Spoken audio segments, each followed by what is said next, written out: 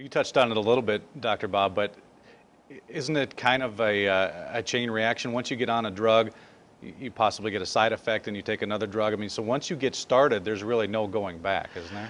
You know, you're absolutely positively right. One medication has 10 bad effects. Now, recently we had someone that famous passed away from a drug interaction was a challenge. And it's very common in people who are entertainers that take a lot of medications for whatever reason. They have a lot of pain in their body. So I watched a program, and there was a medical toxicologist that said this. When it comes to meds, 1 and 1 is not 2. One med and one med does not equal 2. 1 and 1 equals 5. And the point he was saying is it's exponential. So I know from my own research and reading other people and listening to what they're saying, one med has 10 bad effects. 10. 2 meds have 100 exponentially. 3 have 1,000, 4 10,000, 5 100,000, 6 a million, 7 10 million, 8 100 million.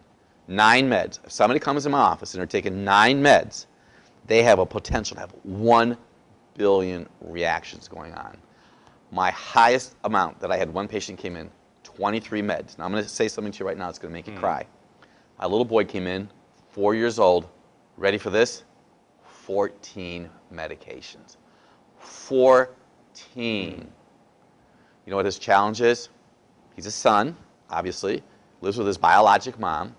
Biologic dad lives out of state, sees him periodically, but every time he sees this young boy, when I say periodically, he happens to be a pilot, so he flies in a lot, he lets them eat with reckless abandon.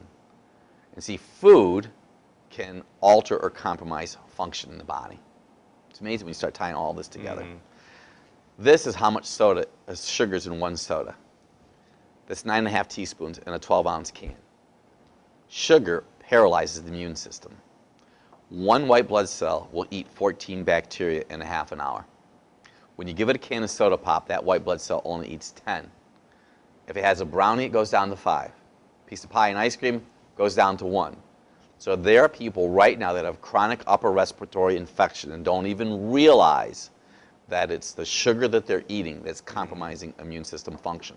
So every time that dad flies in, gives that little boy whatever he wants, that sugar compromises function.